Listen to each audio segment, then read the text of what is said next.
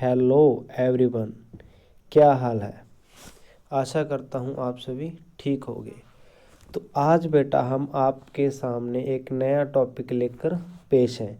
तो आज हम बेटा हमारा जो सामान्य ज्ञान है उसका हम आज उसको शुरू करते हैं।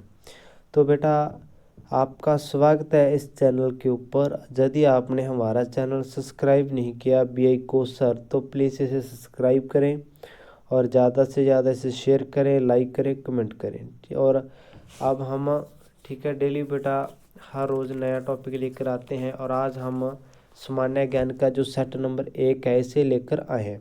तो यह बहुत ही इम्पोर्टेंट क्वेश्चन है, तो इसे आज हम इस क्लास के अंदर डिस्कशन करेंगे। तो आओ बेटा हम शुरू करते हैं। सेट 1 सबसे पहला क्वेश्चन है हमारे पास बेटा, सबसे बड़ा एंजियोस्पर्म्स पौधा कौन सा है? तो वो है यूकेलिप्टस का।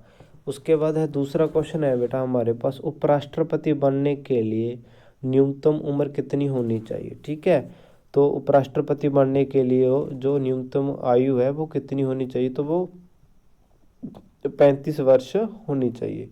अब तीसरा क्वेश्चन है, ऋग्वेद में जनपद शब्द कितनी बार प्रयुक्त हुआ है? तो वो बेटा एक बार भी इसमें नहीं प्रयुक्त हुआ, जा नहीं और प्रयोग में हुआ। ठीक है, कोणार्क मंदिर का निर्माण किसने कराया था?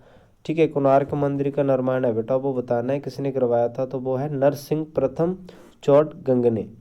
ठीक है, अब हमारे पास पांचवा क्वेश्चन है, प्राचीन तीर्थ स्थल विंध्याचल किस राज्य में स्थित है? तो वो है उत्तर प्रदेश में। अब हमारे पास बेटा छठा क्वेश्चन है, रिवेज के टीके की खोज किसने की थी? वो है लुईस पास्चर ने। ठीक है, रिवेज के टीके की जो खोज है वो लुईस पास्चर के द्वारा की गई थी।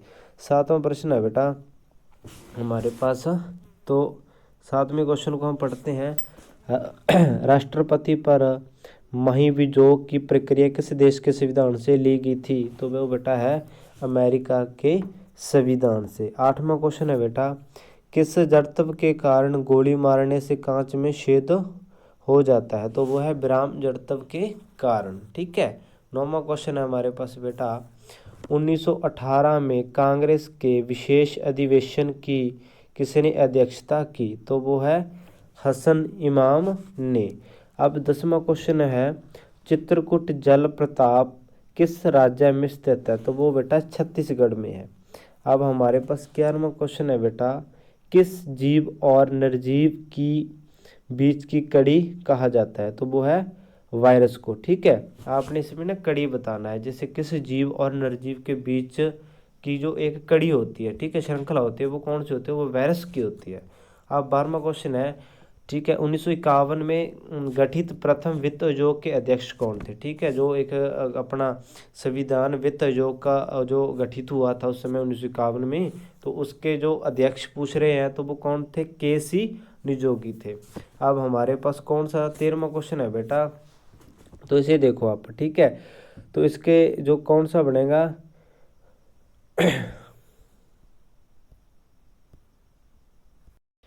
हमारे पास 13वां क्वेश्चन है बेटा, हाइपरमेट्रोपिया का अर्थ क्या है? तो वो है दूरदृष्टि। ठीक है, किसे लाल चेर कहा जाता है? तो वो बेटा है शनगुटन वन। ठीक है, को पाकिस्तान के किस पुराने शहर का नाम सियालपुर था? ठीक है, वो था बेटा फैसलाबाद।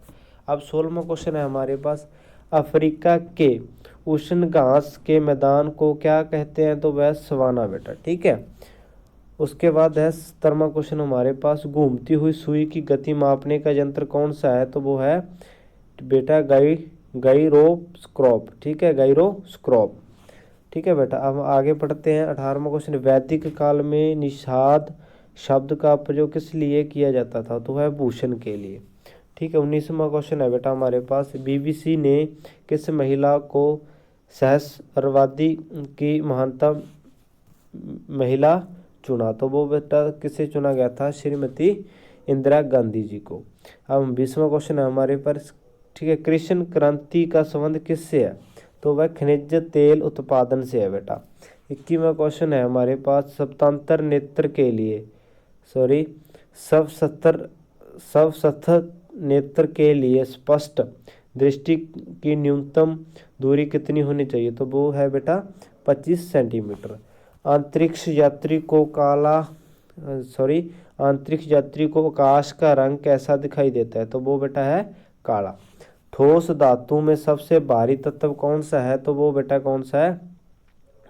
एसेटिन। ठीक है बेटा।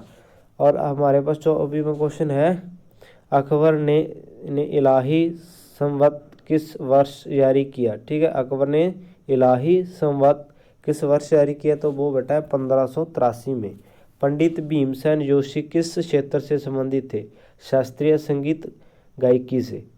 ठीक है, अब हमारे पास सभी में क्वेश्चन है बेटा, 1916 ईस्वी में लखनऊ के कांग्रेस के अध्यक्ष कौन थे? ठीक है, जो 1916 में लखनऊ, ठीक है, के कांग्रेस के अध्यक्ष, ठीक है, कौन थे? तो वो थे ठीक है, वो कौन थे हमारे पास बेटा? तो वो थे एस.सी. मजूमदार। ठीक है, अब हमारे पास 27वां क्वेश्चन है, वर्ष 1938 में किस व्यक्ति ने वयस्क मताधिकार के आधार पर संविधान सभा के गठन की मांग की? ठीक है, तो वो थी पंडित जवाहरलाल नेहरू जी ने।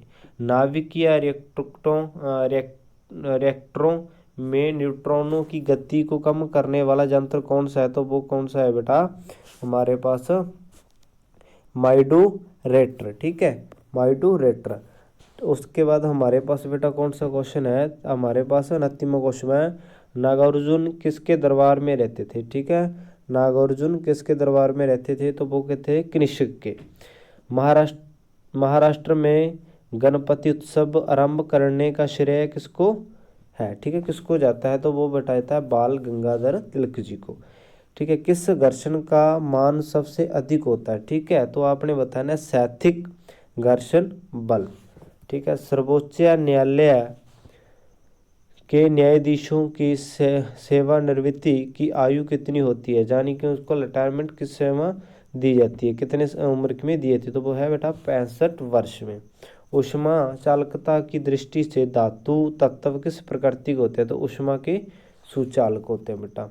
लोधी वंश, और 34वां क्वेश्चन है हमारे पास बेटा, लोधी वंश का कौन सा शासक गुल रुखी के नाम से कविताएं लिखता था? तो वो था बेटा सिकंदर लोधी। भारत में सर्वप्रथम किस राज्य में समस्त मतदाता फोटो पहचान पत्र प्रदान किए गए? तो वो था बेटा हरियाणा में।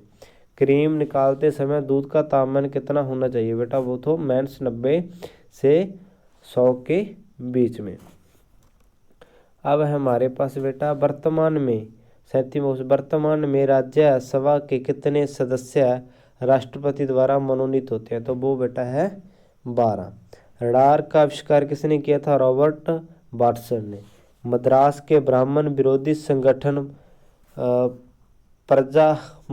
प्रजामित्र, ठीक है, प्रजामित्र मंडली के कौन स्थापक थे? तो वो थे C.R.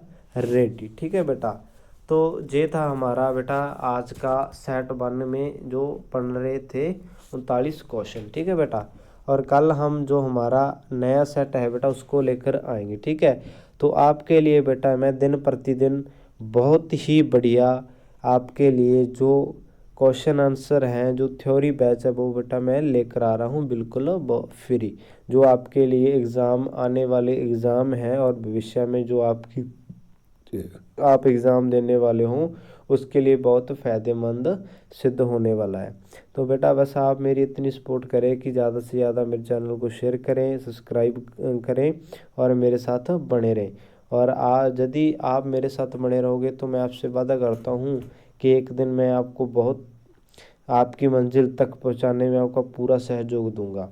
ठीक है बेटा, और आपको बहुत बढ़िया आपके लिए दिन रात मेहनत करके बहुत बढ़िया मैं आपके लिए जो अपना जो स्टडी मटेरियल है वो लेकर आऊँगा।